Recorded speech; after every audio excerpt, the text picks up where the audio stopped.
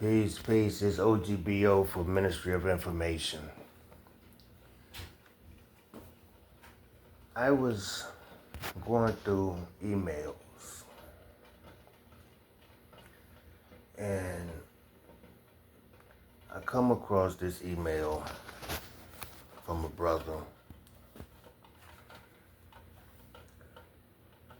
that really kind of hit me because of everything that's going on social media, everything that's going on between black men and black women, the infighting. And the brother asked the question,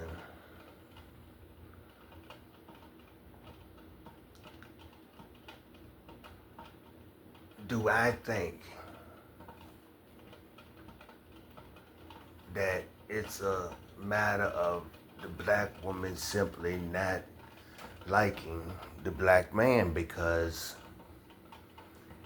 it at least appears that the black woman honors and respects every man but the black man? And like I stated a moment ago, when I read it, it kind of hit me.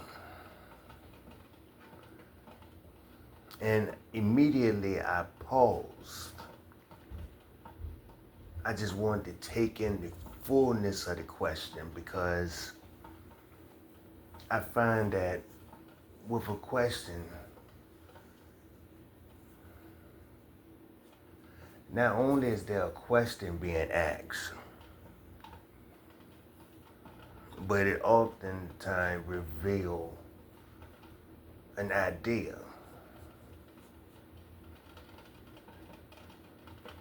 False or true, but an idea, and that is,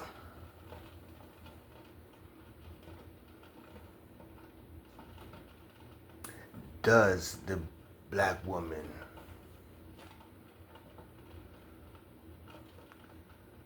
have just disdain for the black man?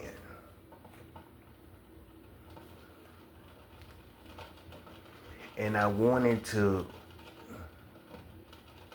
honestly speak to the question.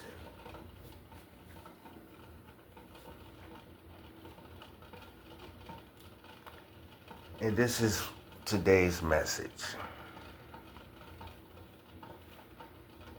There was a time, and to verify this, you may have to get with your elders, your great aunts and uncles, and your great grandparents if they're still living. There was a time that the black woman had respect for the black man. And it wasn't a respect that he had to earn. She had respect for him right out the gate.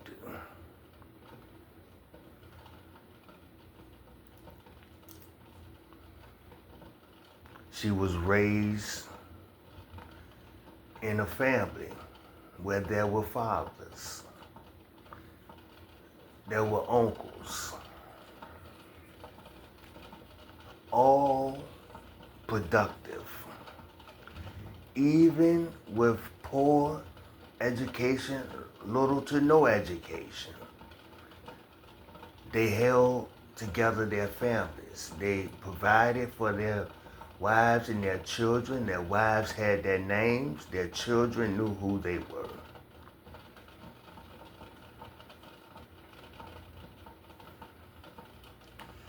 And we speak to this. We highlight this a lot, that our culture was different 50, 60 years ago. But there's something that we tend to leave out, and though it was not prevalent, it was not present in every family or household. But if you could really get with grandma, great grandma, and your great uncles and your great aunts, you will find out that your great grandfather wasn't everything that you have learned or been taught he was. In a lot of households, granddaddy was cutting up. Even to this day, some of you go to family reunions and there's always a cousin so-and-so that no one can seem to place the point of origin. Where did cousin so-and-so come from? And you may have asked the question several times growing up and you never really got an answer. See, back in those days, if granddaddy cut up, even when he did what he was not supposed to do, they had a way of trying to rectify or put granddaddy in a position where, or putting that child in a position where they were still raised alongside their siblings. They may not have known that they were brother and sister, because that brought a great deal of shame and heartache to grandmama. Though grandmama knew, it was not the sort of thing that was highlighted. And when you go down your family tree, many of you can find these stories.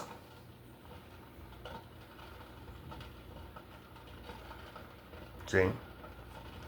And again, this was not every family.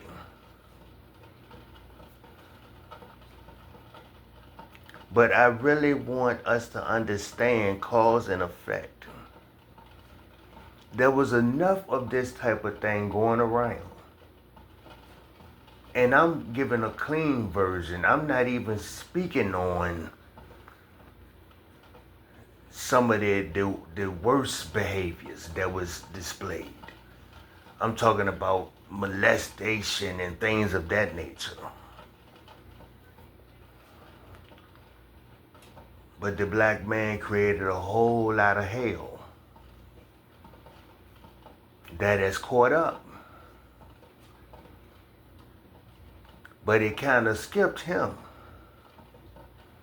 And it fell on the head of his grandsons and his great-grandsons. And now they are growing up, becoming men,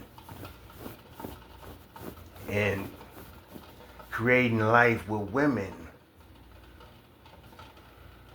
that carry that disdain for the black man, that anger, that bitterness that their grandmother had.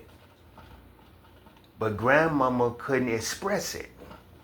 See, women didn't have all the freedom and rights that they have today. So grandmama, in a lot of circumstances, she stayed. She kept her family together. She kept her dignity. But it definitely hurt her. And like we pass on physical characteristics, we also pass on mental characteristics. Things like pain and hurt, where a child seems to have insecurities, and some children are just born more aggressive than others. We're passing on mental characteristics. And a lot of these females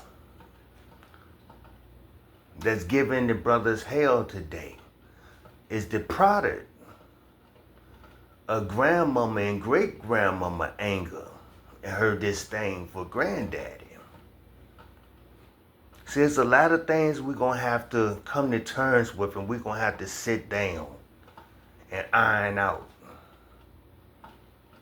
if we are serious about fixing the problem in the black community. But what we cannot do is just skip over things and make believe and pretend. Until next time, this is O.G.B.O for Ministry of Information. Peace.